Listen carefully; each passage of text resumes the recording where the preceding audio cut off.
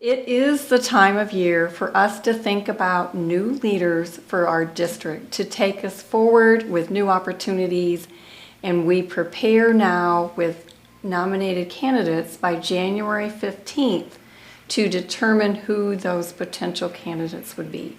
I chair a committee, the District Leadership Nomination Committee, of past leaders to make those decisions on who the nominated candidates would be. We're looking for people to put their own names in nomination, or nominate another that you think would be a good fit.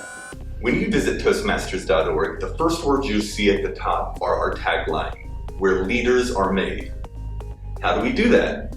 Well, I'll give you a hint. It's not only through development of public speaking skills. Toastmasters offers a wide array of opportunities to develop leadership skills, including the opportunity to be a club officer. Today, we'll be exploring the next level of hands-on leadership training, district leadership. I'm your host, Mickey Bennett, and this is episode 6 of D50 After Dark. Before we meet tonight's guest, I want to tell you about our sponsor, Habitat Commons. Habitat Commons is a beautiful facility for you to work in. It is a modern co-working space for creators and professionals in Plano, Texas, conveniently located near Highway 75 and the President George Bush Tollway. To learn more, visit their website, habitatcommons.com. I have a lot of questions about the details of district leadership, and I know as the chair of this, you're the expert. So, first of all, what qualifies someone to be a district leader? Good question. And there's actually a whole form of information that's available on our District 50 website. If you go to d50tm.org, select the DLC for District Leadership Committee, call for nominations, it will take you to a leadership page that actually has links to forms with that information. In general, to be an area director, it's suggested that you have been on the district council, meaning a president, club president, or VP of education, but it's a suggestion. For a division director, you need to have had one of those roles. And for the trio members, there are other qualifications that you typically have already served as an area director or division director to move up into the top roles. Okay, so for an area director, recommended to at least have been a president or a VP of education. For a division director, it's required to have been one of those roles. Right. And then for the senior threes, including club growth director, program quality director, and district director, there are other requirements, including having been a club president and for a length of time, that you have been a club president for a certain length and one of the district elected roles or appointed area director roles. So if I want to be club growth director, do I need to have been an area director already? Or a division director, Or yes. a division, so I have at least been one of those. Yes, so you would have completed your year by the time you take office, July 1st. So, yes. So these roles, I know there's so many roles to talk about. Are they all elected roles? No, the area director, as you said, that's our most abundant roles, 20-some of those that are appointed roles, but it is an opportunity for people to put their name in nomination. They can do that now or actually all the way until June.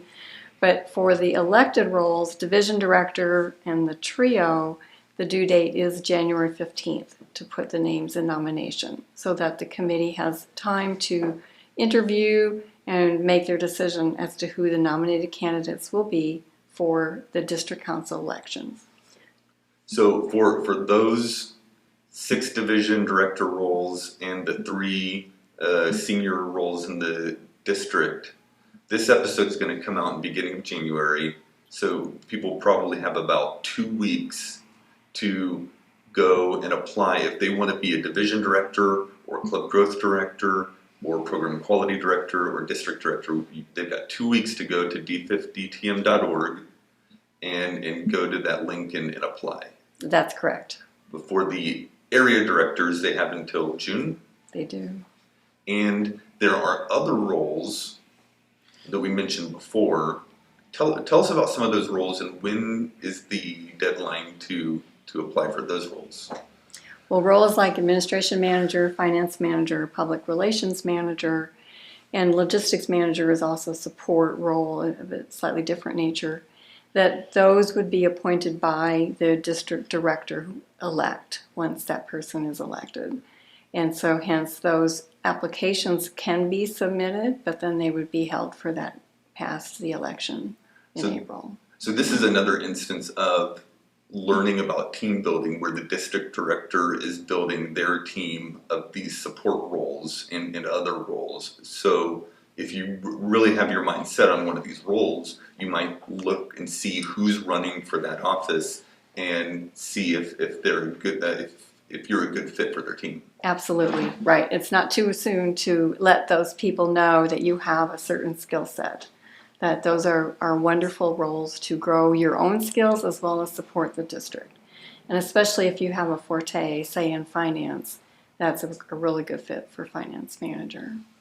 And so people who are running for district director probably, maybe not, already know that they want to run for district director. They're probably already starting to think about who their team is. So if you want one of those support roles, don't wait till June or even May. Go ahead and talk to the people who are likely to run for district director now. Good advice. Absolutely, I agree. Okay. All right. Now, some of these roles are elected. The division director roles and the senior 3 are elected. I think it's interesting because this is another opportunity to learn an aspect of leadership. Not every leadership role out there in the world it involves being elected, but as Cle mentioned in what she was saying, there are elected opportunities out there in the world, and Toastmasters is an opportunity to learn about that. Now, you've had to run for roles before. Tell us what it was like to run for an office in the district. When I first was running for an office, it was division director pre-pandemic, and we then had our own little campaign posters, which we'll give Tommy to post in here, to be a division director, and that these show up at the contests because we're allowed to campaign there. And then I did the same for club growth director, where there is another running for the same role. Also little flyers, little pamphlets. And in this case, my term for club growth director coincided with the beginning of the pandemic. So while I prepared these, we never actually got to hand them out as nominated candidates because we all went online for the contest. But it is still an opportunity now with hybrid contests for those people to let others know what's going on with them so that we become familiar as a district with who our candidates are, and encourage those folks that are interested to reach out to people who have run before and ask questions that get your information together to help others to know what your skill set is and what you can gain from this role. So would you say, as you were running for these roles, were you learning things about leadership just by running for the role? Absolutely, right. I think you learn a lot more about that. As we heard Jyo mention, looking for folks on your team is a great opportunity to plan ahead. You'll know that you need support people, and you probably know someone who would really be good at this role or who would love to grow into that. You know, for example, Tommy Kenyon, who's running our podcast here, I first met him when I was club growth director looking for someone in a club web support role. I didn't know Tommy. I actually first asked Kim Bass, and she agreed. But then someone talked her into that great role of area director, and I then needed someone to have that role. She knew Tommy. He took on that role and has done so much more with how it's evolved into the web support, many of the conference supports, the whole hybrid thing that was of our time. You know, when hybrid came along, our fall event 2021 was the first hybrid district event because we needed that. People were not all able to come into the event because of remnants of COVID. And we had people who were members of our district that weren't right here in the Dallas area or in Shreveport. So it was an opportunity to really see people grow and take on new roles and look for them even before you take on the position and start officially. Yeah. It just occurred to me there's something that may be obvious to all of us that may not be obvious to all of our listeners. One of the aspects of district leadership is that it's required to become a Distinguished Toastmaster. Mm-hmm. Right? So for those of you, you're working on your pathways, maybe you've finished one, starting on another, at some point you're going to need to be a district leader and complete a year of district service to complete your Distinguished Toastmaster award.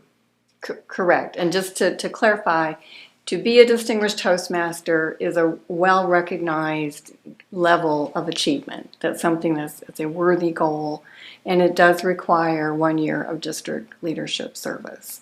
Yeah. And that many times that may be as an area director or one of the other elected positions. Yeah, and it's part of the well-rounded leadership training that Toastmasters provides. So to be clear, the roles that qualify are, which ones qualify for DTM? So area director, division director, and then the senior 6. District director, club growth director, program quality director, finance manager, admin manager, public relations manager. Okay. All give you a year of service. I didn't realize. Sometimes there's a special deal with club coach if you meet certain requirements that you can achieve that, but that varies by Toastmasters International's program each year. Okay. Yeah. So I didn't realize finance manager and administration manager and logistics manager? No? No, unfortunately, logistics manager is a supporting role, much like, say, the quality contest chair. It's a big role, but it isn't the one that gives you the district year of service. So what was the other of the... The public relations manager, admin manager, finance manager, in addition to the trio. Now, you just mentioned something that reminded me of another thing. Just in case this isn't enough district leadership opportunities, there are actually others that we haven't mentioned, and we certainly don't have time to get into all of them, but I wanted to go back to Jyo Pai for a moment, because I know, Jyo, you have served in a lot of other district leadership roles other than the ones we're talking about. Can you tell me about some of that experience briefly? If you want to be a leader, Toastmasters has an opportunity for you. Serving as a TLI chair, which is helping put together the entire season's TLI, is one leadership role which helps you figure out how to put together a team, what kind of classes are needed, what are electives that are going to be offered, much like the TLI season that is about to roll around. Another key role is conference chair. Each district used to have, when I was in district leadership, we had 2 conferences, 2 opportunities, one in the fall, one in the spring, to become the conference chair. But not just the conference chair, there were several other team roles that were available to put together the conference. There was a logistics or a facilities chair. There was a Friday night events chair, a Saturday lunchtime events chair. There was a Saturday night contest chair. Lots of ways to contribute to the district and check out your leadership growth through your ability to organize a group of people, to entertain maybe 150, 200 people who pay to come to a conference, how to put together a successful event. And remember the Toastmaster edict, you begin on time and you end on time. So there is a very key role, which I did multiple times, called the minute-by-minute chair, where every minute of the Toastmaster conference is mapped out ahead of time. If you can do that, you can put that on your resume as experience for running an event of any size, because you understand the pieces that go together. Lots of opportunities. And that's just the tip of the iceberg.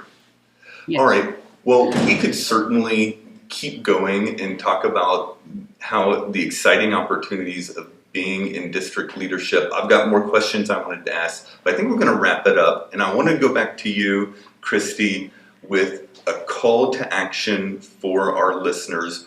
What do you want them to do immediately after listening to this episode?